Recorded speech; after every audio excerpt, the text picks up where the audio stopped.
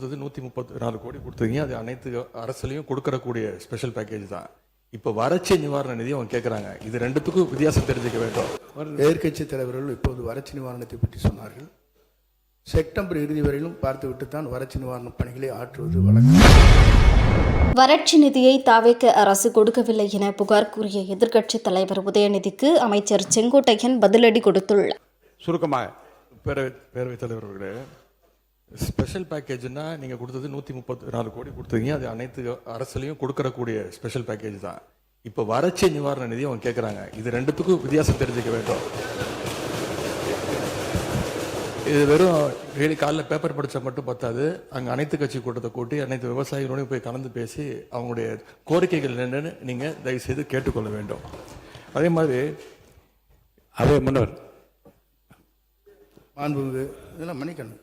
மாண்புமிகு எதிர்க்கட்சி தலைவர்கள் இப்போது வறட்சி நிவாரணத்தை பற்றி சொன்னார்கள். செப்டம்பர் இறுதி வரையிலும் பார்த்துவிட்டுத்தான் வறட்சி நிவாரண பணிகளை ஆற்றுவது வழக்கம். அவை அதை குறிப்பிட விரும்புகிறேன்.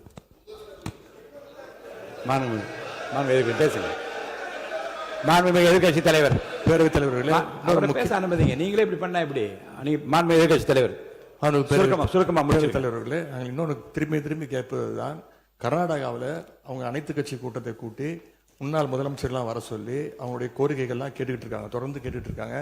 இந்த தாவேக அரசு ஏன் அனைத்து கட்சி கூட்டத்தை கூட்டுவதற்கு என்ன உங்களுக்கு பயம், என்ன உங்களுக்கு தயக்கம் என்பதை நான் கேட்டுக்கொள்ள விரும்புகின்றேன். அதே மாதிரி குறுவை பாதித்த சம்பவம் இன்னைக்கு கேள்விக்குறியாக நிலையில விவசாயிகளுடைய தொடர் கோரிக்கை டெல்டா மாவட்டங்களை வறட்சி பாதித்த மாவட்டங்களாக அறிவித்து அதற்கான உரிய நிவாரணங்களை அவங்க தொடர்ந்து கேட்டுட்டு இருக்கிறாங்க. எனவே அதையும் இந்த அரசு செய்ய வேண்டும் என்று கேட்டுக்கொள்கின்றேன். நன்றி. மாண்புமிகு செய்திகளை உள்ளது உள்ளபடி தெரிந்து கொள்ள ரெஃப்ளெக்ட் நியூஸை சப்ஸ்கிரைப் பண்ணுங்க.